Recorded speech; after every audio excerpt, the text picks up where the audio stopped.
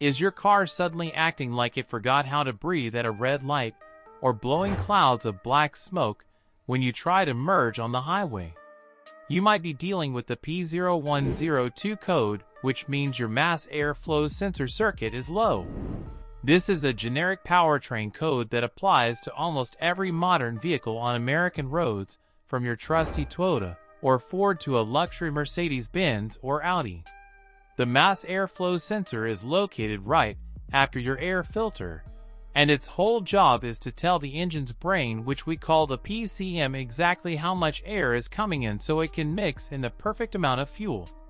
When that signal drops too low, your car starts guessing, and that is when the trouble begins.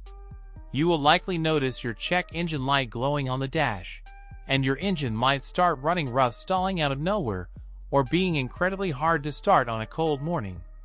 It is a frustrating feeling when your car loses that smooth power you expect, and you start smelling raw gasoline from the tailpipe. The most common cause is usually just a dirty or contaminated sensor. If you use one of those reusable oiled air filters, sometimes that oil can migrate onto the tiny wires of the sensor and mess up the readings. Other times it is a simple intake air leak or a frayed wire in the harness that is shorting out. To fix this, you should start by taking a big picture look at your intake tract. Check every hose for cracks or loose clamps, because extra air entering after the sensor will trick the system into thinking the volume is low. Pop the hood and closely inspect the wiring to make sure nothing is rubbing against a hot engine part or getting pinched near the ignition coils. One of the best DIY moves you can make is grabbing a can of specialized mass airflow cleaner spray and giving those internal wires a gentle bath, but never ever touch them with your fingers. While you are at it, check your air filter, and if it looks like it belongs in a dust storm, replace it with a fresh original equipment filter. If cleaning does not do the trick, you can use a scan tool to watch the real-time data.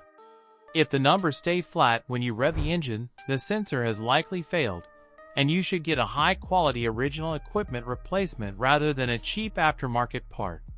If you have done all this and the car still acts up, it is time to head to a pro, because you might have a hidden vacuum leak or a deeper electrical issue with the barometric pressure calculations.